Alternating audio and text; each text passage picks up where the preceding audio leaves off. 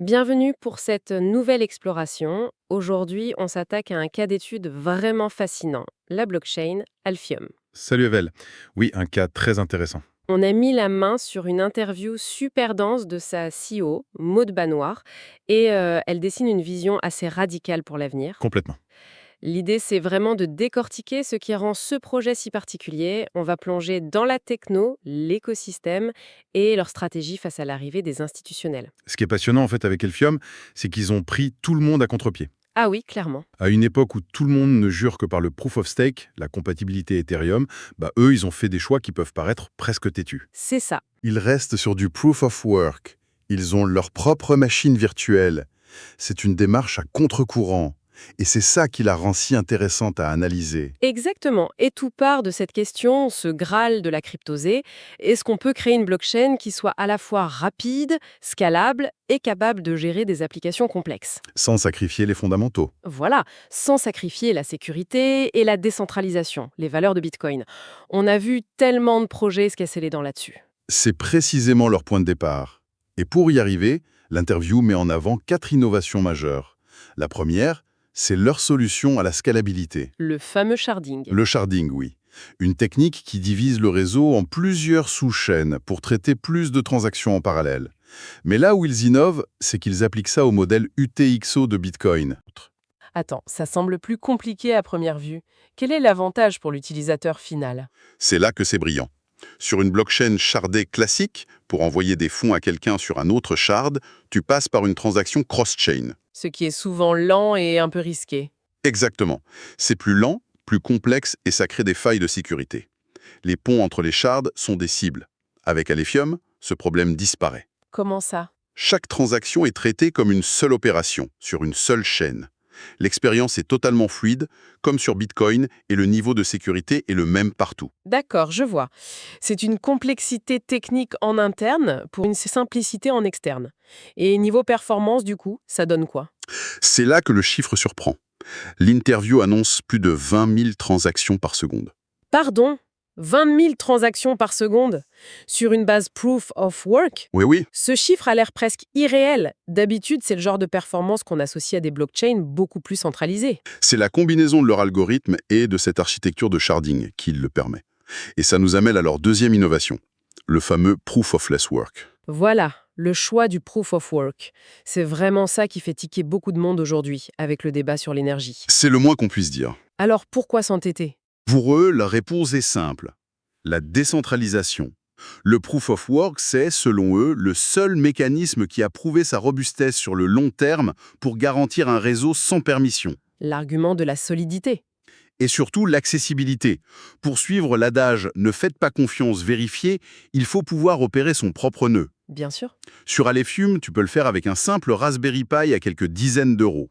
L'interview compare ça à des réseaux où un nœud peut coûter 100 000 $. Ce qui crée une barrière à l'entrée énorme. Voilà, et donc une forme de centralisation. D'accord pour la philosophie, c'est un argument fort, mais ce proof of less work, le nom est malin, mais concrètement, si on doit brûler des tokens pour miner, ça reste un coût. C'est une excellente question, la nuance est cruciale. L'idée, c'est de découpler la sécurité du réseau de la consommation énergétique brute. Ok. Passer un certain seuil de puissance de calcul jugé suffisant pour la sécurité, le protocole ajuste le coût. Pour continuer, il ne suffit plus d'ajouter de la puissance. Il faut faire autre chose. Les mineurs doivent aussi brûler une partie de leur récompense en token alpha. Le coût pour attaquer le réseau reste donc très élevé. Mais on met un plafond à la course à l'armement énergétique. C'est ça. Et en prime, ce mécanisme de burn crée une pression déflationniste sur le token, ce qui est économiquement très intéressant. C'est un équilibre assez fin. Passons à la troisième innovation qui touche un point sensible, la sécurité dans la DeFi. Ah oui, On a tous en tête des histoires d'horreur, des portefeuilles vidés à cause d'une autorisation de token un peu trop généreuse. c'est le fléau de l'EVM. Alephium a été conçu avec ça en tête. Ils ont leur propre machine virtuelle, leur propre langage. L'architecture a été pensée pour éliminer par conception certaines des attaques les plus courantes. Comme les attaques de reentrance? Par exemple. Celles-là sont structurellement impossibles. Mais le plus gros changement, c'est la gestion des tokens. Ils sont ce qu'ils appellent des citoyens de première classe. C'est-à-dire? Ce ne sont pas juste des lignes de code dans un contrat intelligent. Ils sont au même niveau que le token natif, le ALF. Et pour moi, l'utilisatrice, qu'est-ce que ça change concrètement? Ça change tout. L'exemple de l'interview est parfait. Sur Ethereum, pour utiliser un DEX, tu dois d'abord faire une transaction pour autoriser le contrat à accéder à tes tokens. L'étape approve, souvent en illimité, ce qui est une folie. Une folie, oui. Et ensuite, tu fais une deuxième transaction pour l'échange. Cette première étape, c'est une porte d'entrée pour les pirates. Sur Alephium, ça n'existe pas. Ah bon? Tu fais une seule et unique transaction qui dit « je donne X token et je veux recevoir Y token en retour ». C'est tout. Donc, si je résume, pour être sûr de bien comprendre, fini les deux étapes angoissantes, approve puis swap, on fait tout d'un coup. Exactement. C'est non seulement plus simple, mais ça ferme la porte à toute une catégorie de hacks. C'est énorme en fait. C'est une avancée majeure en termes d'expérience utilisateur et de sécurité. Ça enlève une charge mentale considérable. D'accord, la technologie est impressionnante sur le papier, mais une belle machine sans pilote, concrètement, est-ce que ça prend... Qu'est-ce qui se construit sur Alephium? L'écosystème commence à être bien fourni. L'interview parle de plus de 70 projets. Sans surprise, la DeFi est le premier cas d'usage. Des DEX, des protocoles de prêt, La base. la base, oui. Mais on voit aussi des choses plus originales, comme des marchés de prédiction ou des protocoles qui permettent de tokeniser la puissance de minage. Ah, ça c'est malin. Investir dans le minage sans gérer le matériel. C'est l'idée. Et bien sûr, le grand sujet du moment, les actifs du monde réel, les RWO, est aussi exploré. Et les outils de base suivent? Les portefeuilles, la sécurité? Oui, les fondations sont là. Ils sont intégrés avec Ledger et Tangem, ce qui est essentiel. Ils ont des oracles et, point crucial, des solutions de garde de niveau institutionnel, comme Prime Vault. Le message est clair. Ils sont prêts à monter en gamme. Tout à fait. Justement, quelle est la prochaine étape pour eux, maintenant que la base technologique semble si solide? Le focus bascule très clairement sur la couche applicative. D'une part, aider les projets existants à grandir, mais surtout, et c'est très intéressant, l'équipe centrale a décidé de mener par l'exemple. En développant leur propre application? Oui, une application phare, une core d'app. Et cette application sera un DEX. Index, c'est un passage obligé. Mais beaucoup lancent leur propre token, ce qui peut créer de la confusion. Quelle est leur approche? C'est là qu'il se différencie encore. Leur DEX n'aura pas son propre token. Son modèle économique est entièrement pensé pour renforcer la valeur de la alpha. Ah, comment? C'est très simple. La moitié des frais générés par les échanges sera utilisée pour racheter de la alpha et le brûler, donc ça renforce l'effet déflationniste. Et l'autre moitié? L'autre moitié sera distribuée aux détenteurs de long terme d'ALF via un système de récompense. Ah, c'est leur réponse à la fameuse question when staking que toutes les communautés POW posent. Exactement. C'est une façon intelligente de créer un rendement sans changer la nature du protocole.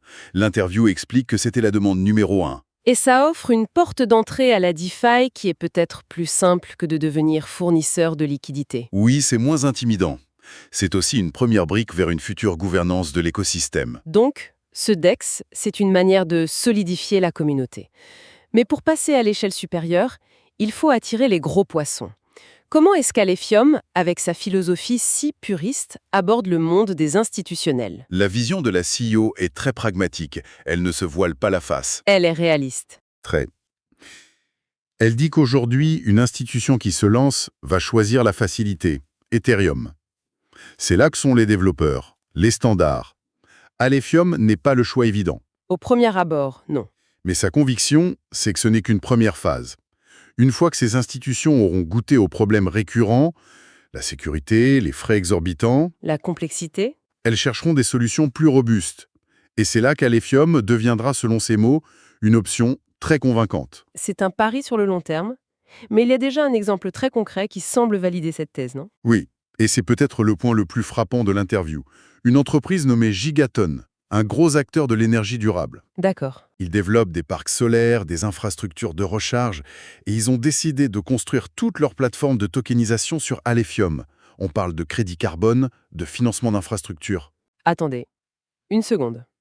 Une boîte spécialisée dans l'énergie durable a choisi la technologie que tout le monde pointe du doigt comme un désastre énergétique. C'est le monde à l'envers. Expliquez-moi, parce que là, C'est là que tout le narratif sur le proof of work est en train de basculer. Les facteurs de décision de Gigaton, c'était les smart contracts, la haute sécurité et, de manière cruciale, le proof of work. mais pourquoi? Parce que les compagnies d'énergie réalisent que le minage, loin d'être un ennemi, est un outil incroyablement puissant pour stabiliser les réseaux électriques. Ah, ouh, Le minage peut s'allumer pour consommer l'énergie excédentaire quand la production est haute et la demande faible. comme un parc solaire à midi. Exactement. Et s'éteindre instantanément quand le réseau a besoin de cette énergie. Ils deviennent un client de dernier recours, en quelque sorte. Précisément. Ça permet de monétiser une énergie qui serait autrement perdue et de financer de nouvelles infrastructures renouvelables.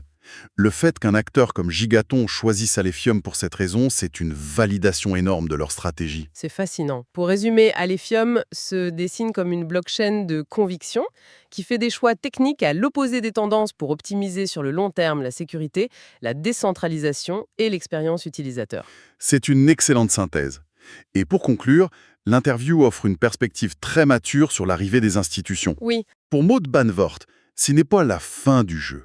C'est une validation de la pertinence de la technologie. Mais ça doit surtout marquer le début d'une seconde phase, celle de la maturité. La mission originelle de la crypto, créer un système financier alternatif, reste totalement d'actualité. et ça nous amène à la pensée finale. La question que l'interview laisse en suspens. Elle oppose deux avenirs. Soit on utilise la blockchain pour créer une meilleure infrastructure pour le même système financier, Soit on l'utilise pour construire un système différent. et la question cruciale devient, alors que les institutions adoptent cette technologie, allons-nous simplement optimiser l'ancien système financier ou avons-nous encore l'ambition d'en construire un entièrement nouveau ?